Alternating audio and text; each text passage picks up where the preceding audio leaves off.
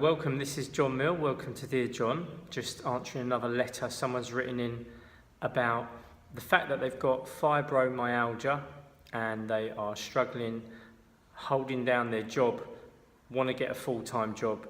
They've got a part-time job, but as you know, with this condition, there are days when it's really difficult to get out of bed. There are many kind of symptoms with it: fatigue, muscle pain, all different symptoms, and it's very hard to diagnose where it's come from. And also there's that medication route.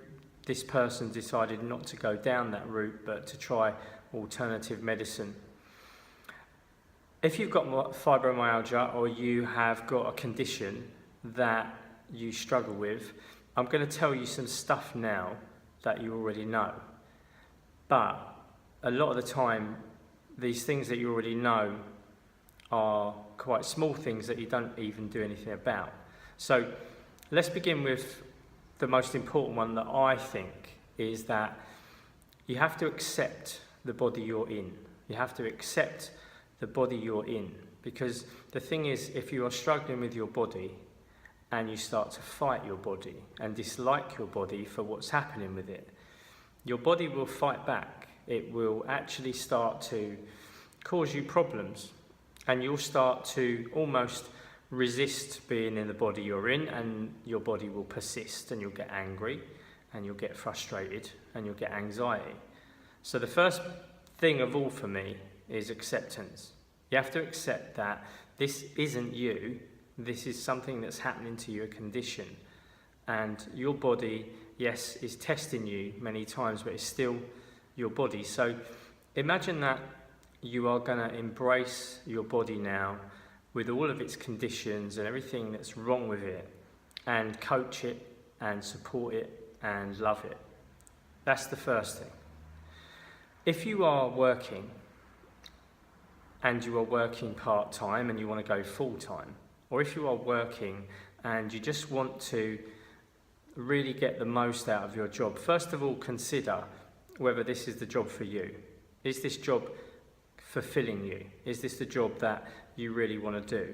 Ask yourself maybe if the universe is challenging you to change jobs, because it may not really be the job you want to do.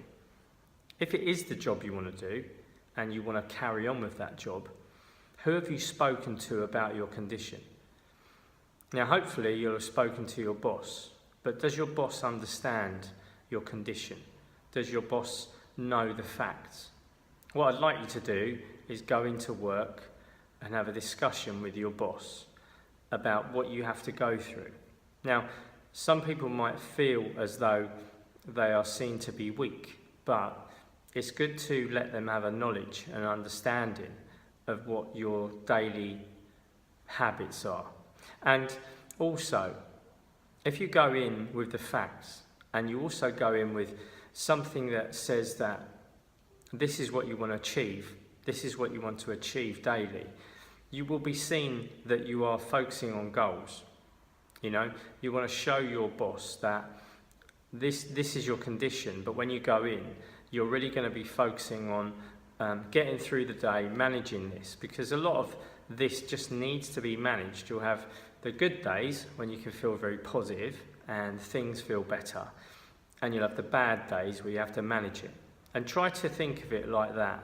Don't think that the bad days are failure. Think of the bad days are something that I'm going to manage. You know, when you say to yourself, I managed to get through today, that's because you've managed yourself. But also think about the good days are the best days, they're great, they're positive, it's going well, and the other days I'm going to manage. Also speak to your HR department as well. Make them understand what you have to deal with. See, there could be some changes that could be made in your work, like, for example, if someone's got fibromyalgia and they are temperature sensitive, they might be able to have a discussion about the clothing they wear, so that they could wear something slightly different, so they'll be more comfortable. Or sometimes it's better to be under warm fluorescent lights rather than different type of lighting, because that can affect your condition. If you go in and talk about it, you'll also find that suddenly there's a weight lifted. And also, who are you talking to about it? Because if you can see a counsellor and offload, it really does help your condition. Because one of the things is no one understands, no one gets what it's like to be you. And they think because you're smiling one day, you're all right. And how annoying is that? Because they don't get how it is to be you. So it's really good to be able to talk to someone about it, to offload. I think food as well is very important. And I think what you eat needs to be paid attention to. Because there are certain foods that will affect your condition. And there are statistics that say 42% of people with fibromyalgia's symptoms worsened after certain foods. So you have to look at what you're eating, and you have to think about how much you're eating. Because I always say little and often. If you eat little and often, you'll have more energy. If you eat protein meals like eggs or I don't know, oatmeal or some nuts and stuff like that, they'll keep your energy levels up. Because I guarantee at 3 p.m. every day you'll start to get those feelings of fatigue or brain fog, and it's important then to start to build yourself back up. If you have a condition like this, think of yourself just like a battery, okay? So we mustn't drain the battery. So if you go to work one day and that battery comes down a certain level, say to below half, you mustn't go home now and start doing all the housework and totally finishing yourself off so you're completely drained, because in the night you have to go back and re-energize. And imagine you sleep that night and your battery's only half full when you go back to work, and all of a sudden by 12 o'clock you're wasted. So think of yourself like a battery, you know, and that kind of thing is that you want this daily initiative to focus on you, your energy levels, your diet, and time to rest as well. Know that it's really important to rest. But also, what about exercise? Because a lot of people will shun exercise and say that I can't. But your muscles, the same as everyone else's, need to be built up.